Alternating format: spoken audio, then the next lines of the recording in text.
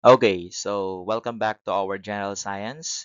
This is the last topic for the first quarter, light and sound, exploring the science behind everyday technology. Before we dive into the lesson, let's first look at our learning objectives. At the end of the lesson, you should be able to first define important wave concepts such as wavelength, frequency, amplitude, reflection, refraction, diffraction, and interference. Second is to compare light and sound based on their properties and explain why each behaves differently. And finally, apply these concepts by analyzing real-life technologies that use light and sound. Sa madaling salita, after ng lesson na to, hindi lang natin maintindihan kung paano nag-work or gumagana ang light and sound waves. And we can also relate it dun sa mga technology na ginagamit natin sa araw-araw.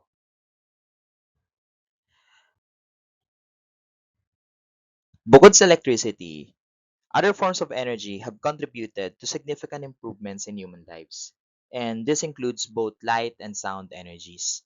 These two energy forms exhibit similar properties through wave motion, and their behavior as waves is utilized in different applications. Imagine na lang natin na isang araw mawala ang light and sound sa mundo. What do you think will happen? So, marami ang maapektuhan. Without light and sound, modern civilization would almost stop functioning. That's why these forms of waves are most important phenomena in science. Light and sound make modern life possible. Almost every technology around us depends on them. For instance, electronic gadgets such as mobile phones and tablets make use of light and sound for communications. Video calls use microphones and speakers. Hospitals use lasers and ultrasound.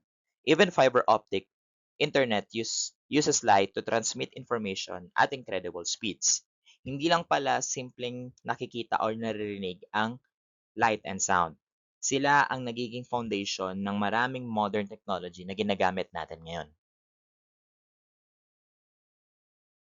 Before we understand light and sound, we first need to understand waves. Our first wave property is wavelength. Wavelength is the distance between two identical points in consecutive waves. Kita naman natin sa example. From one crest to the next crest, notice that long wavelengths usually have lower frequencies, while shorter wavelengths have higher frequencies. Isipin niyo ang alon sa dagat. Kung malayo ang pagitan ng bawat alon, mahaba ang wavelength. Kung dikit-dikit naman, maikli ang wavelength. Next is frequency.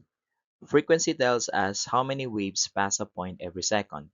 Its unit is hertz. For example, 440 hertz means 440 waves pass every second. For sound, kapag mataas ang frequency, it means a higher pitch. For light, kapag mataas ang frequency, it corresponds to a bluer light, while lower frequency appears redder. Kaya ang frequency ay hindi lang tungkol sa dami ng waves, nakakaapekto rin ito sa tunog at kulay.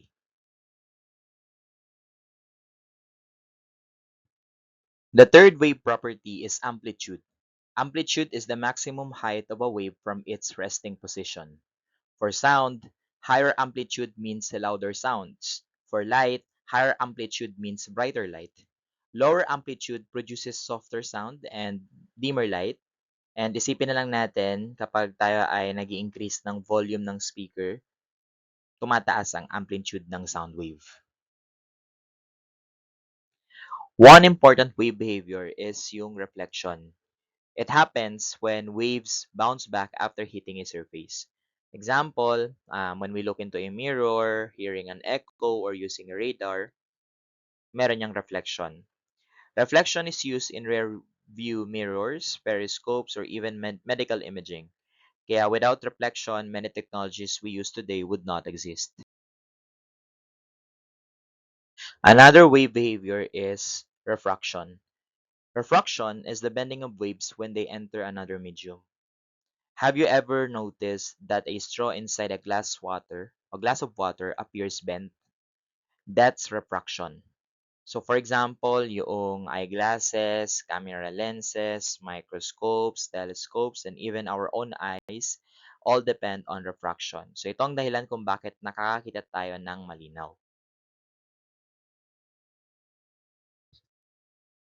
Diffraction is the bending of waves around obstacles or through openings. For example, you can hear someone talking around the corner, even if you cannot see them. That's because sound waves bend around objects. Another example is the colorful rainbow pattern seen on CDs. Diffraction is applied in speakers, holograms, and other optical instruments.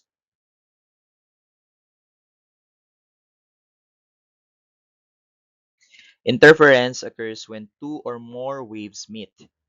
There are two types of interference. The first one is constructive interference. The waves combine, making a larger amplitude. For example, sa mga sound natin, this produces louder sounds, and for light, it creates brighter light.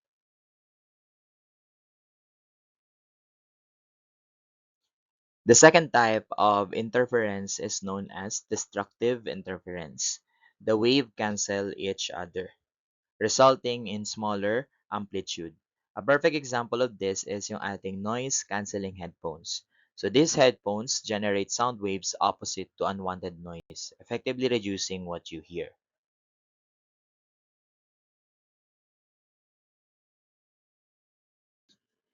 Now let's focus on light itself. Light is a form of electromagnetic energy that travels in waves. Unlike sound, light does not need a medium. It can travel through empty space, which is why sunlight reaches Earth. Light also travels in straight lines. It moves incredibly fast, about 3 times 10 raised to 8 meter per second, and can be reflected, refracted, absorbed, or scattered. Examples na ating light is yung sunlight, flashlights, and LED bulbs.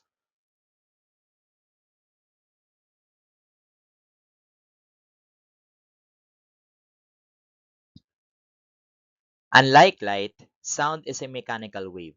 Sound is produced by vibrating objects. It always needs a medium, such as air, water, or solids, to travel.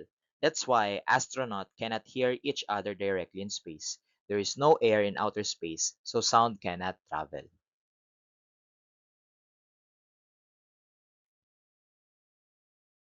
Ngayon, i-compare naman natin ang pinagkaiba ng light wave sa sound wave. Light is electromagnetic, while sound is mechanical. Light can travel through a vacuum, sound cannot. Light travels much faster, around 300 million meters per second. Yung 3 times 10 raised to 8 meter per second yan. Pero yung sound naman natin only travels at about 343 meters per second in air. So this huge difference explains many everyday observations. One example of it is yung observation natin ng thunder and lightning. Why do we see lightning before hearing thunder? The answer is simple. Light travels much faster than sound. When lightning strikes, both light and sound are produced at almost the same time. However, the light reaches our eyes almost instantly, while the slower sound reaches our ears a few seconds later. That's why lightning appears first, followed by thunder. Now, let's explore technologies that use light. LEDs produce light using semiconductors. They are energy efficient, last longer, and generate less heat.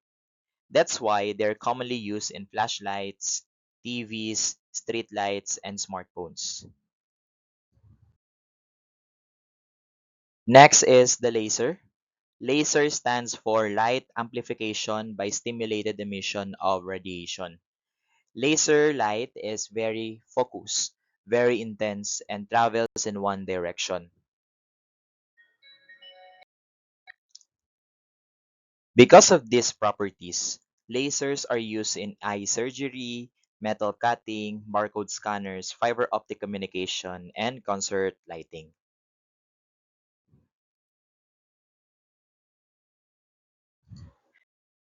Finally, we have holograms. Three-dimensional images produced using laser interference, and they're used in security labels, entertainment, medical imaging, and museums. And for our sound technologies, first we have microphones that convert sound into electrical signals. Speakers do the opposite. They convert electrical signals back into sound. Ultrasound uses sound waves with frequencies above 20,000 Hz. Doctors use ultrasound to monitor pregnancy and examine internal organs safely because it does not use harmful radiation.